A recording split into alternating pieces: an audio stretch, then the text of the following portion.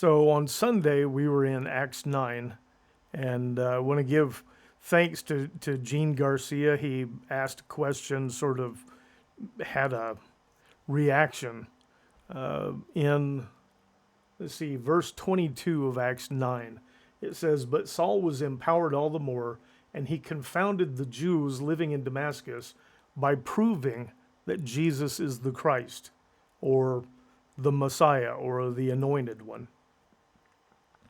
And I, in the explanation, I mentioned that Gene's an attorney, and I don't want anyone to think that I was being in any way demeaning. Attorneys learn to live with the idea of proof. A prosecuting attorney has to prove his or her case, sometimes beyond the shadow of a doubt, sometimes beyond a reasonable doubt, but they have to prove their case, or the defendant is found not guilty. Doesn't necessarily mean innocent. It says not guilty. The case wasn't proven. And so I know the perspective that comes with his line of work. And it's a valid point. Before I say any more, a lot of you have figured out by now that I go into great depth on words. I pay a lot of attention to words. It's the only way we can communicate. And there's a reason why I go to such great lengths. There's an example a couple of you may have heard before, but the rest of you probably haven't. There's a word, decimated. And as it happened, I heard it used on TV twice Sunday afternoon. And we sort of understand that, like if a forest fire comes along and decimates the forest, means it just, wipes it out. If not totally, then substantially wipes it out. And that's the way it was used on both of those things that I saw on TV. But where it originates, decimate comes from the same root as decimal, and it means 1/10. The Roman legions had an understanding that a fighting unit, if their number was reduced by 10%, they were no longer effective. And they either had to have reinforcements or they had to be dispersed out into other combat units. If a Roman combat unit was found to have been cowardly, run away from a battle or whatever, the Romans had a punishment called decimation. And they would literally line that group up and they would kill every 10th man, 1 in 10. And as you can imagine, it's quite a deterrent to cowardice on the battlefield. But it was 1/10.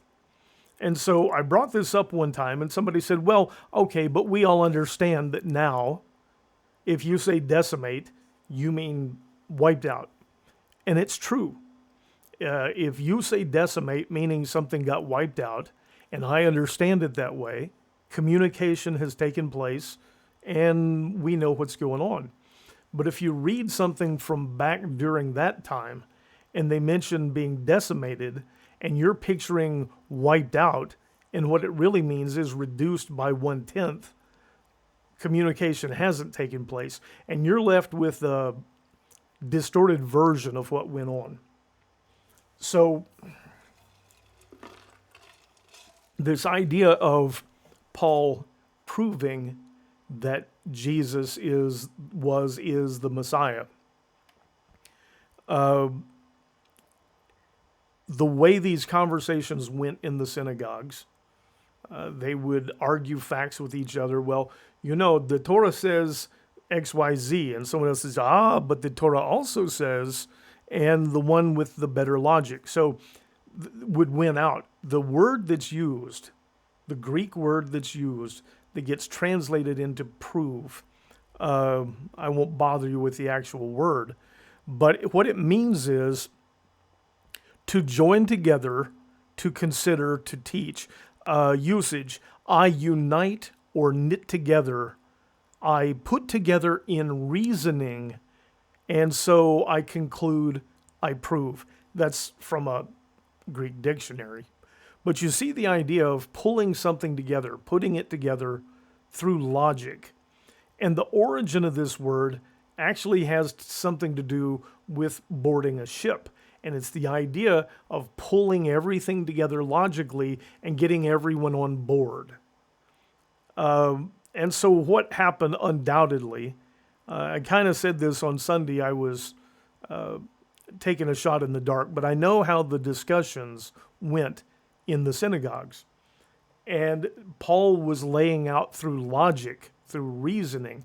No doubt he's referring to what we consider Old Testament, the prophets, the other writings, and he's pulling out these prophetic scriptures and saying, you see, this applies, this applies, this applies, and sort of zeroing in and proving in that regard through logic, and they couldn't refute it. You note it says that he confounded the Jews in Damascus.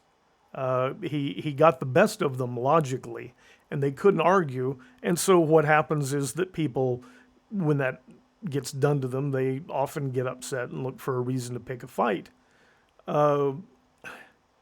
But what he does there, referring to those scriptures, first of all, if you take someone who doesn't believe in the old scriptures, you cannot possibly prove, even in this sense, you're not going to convince them by using scriptures that they don't believe in, that Jesus was the anointed one.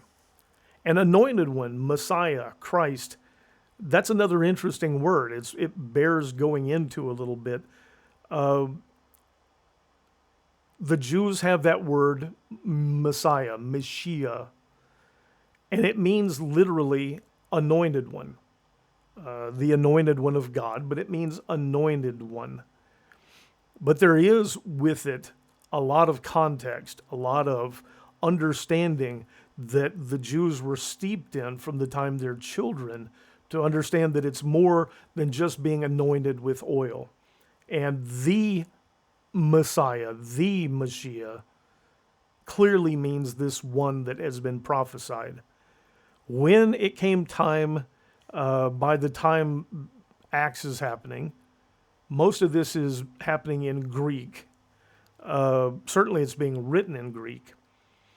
And there's a word in Greek that means anointed, Christo.